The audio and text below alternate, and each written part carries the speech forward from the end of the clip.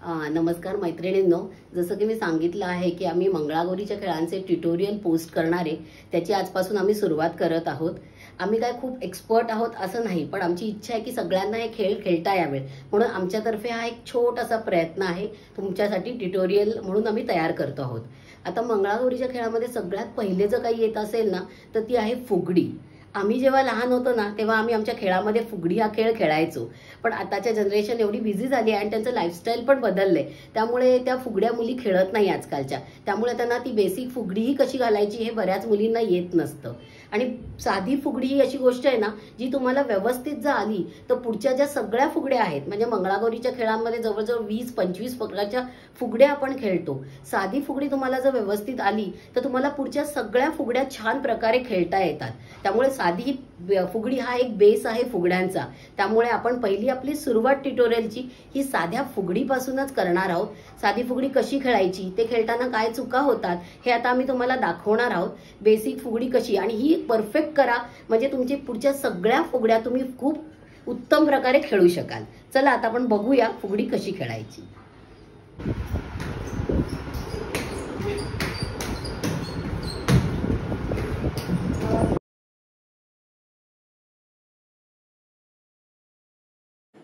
आता तुम्ही 2 व्हिडिओ बघितले आहेत की त्याच्यात कशा फुगड्या घातलेल्या आहेत। त्या फुगड्या खेळताना ज्या चुका होतात त्या त्याच्यात दर्शवल्या आहेत। त्याच्यात बेसिक 2 चुका असतात, एक तर उड्या मारून फुगडी खेळली जाते आणि दुसरी जी चूक होते ती जास्ती डिस्टन्स, पायामधला जो डिस्टन्स असतो तो जास्ती घेऊन फुगडी खेळतात। जर तुम्ही तशी फुगडी खेळली ना तुम्हाला स्पीड पकडताच येत नाही। फुगडी खेळताना तुमचे पाय अगदी जवळ, जेवढे शक्य आहे तेवढे जवळ पाहिजे आणि त्याच्यातलं डिस्टन्स कमी वाढलं नाही पाहिजे। फुगडी फिरताना ते कॉन्स्टंटली मेंटेन झालं पाहिजे। साधी फुगडी परफेक्टली कशी घालायची हे आता बघा। पहिले दोन्ही हात कसे पकडायचे ते पण दाखवा।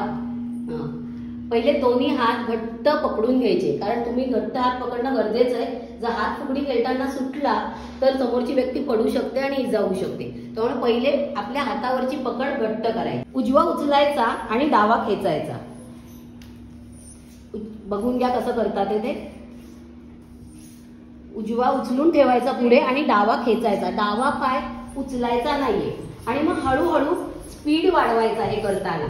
त्यात एक गोष्ट पक्की लक्षात ठेवायची की जेव्हा तुम्ही फुगडी खेळताय पायातलं तुमच्या अंतर जास्ती नाही पाहिजे आणि खूप जास्ती आवाजही फुगडी खेळताना आला नाही पाहिजे।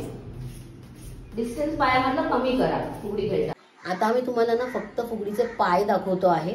जी फुगडीचे पाय बघा तुम्ही, तो फक्त व्हिडिओमध्ये त्या पाय दिसतील तुम्हाला की ज्याच्यावर फुगडीचं डिस्टन्स किती पाहिजे, आणि तशी तुम्ही जर फुगडी घातली तर तुम्हाला स्पीड खूप चांगल्या पद्धतीने मिळेल।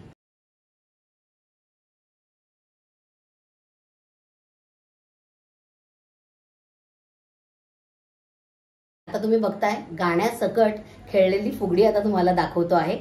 अरंड्यावर करंडा, करंड्यावर मोर, माझ्याशी फुगडी खेळते चंद्राची कोर, बाई चंद्राची कोर।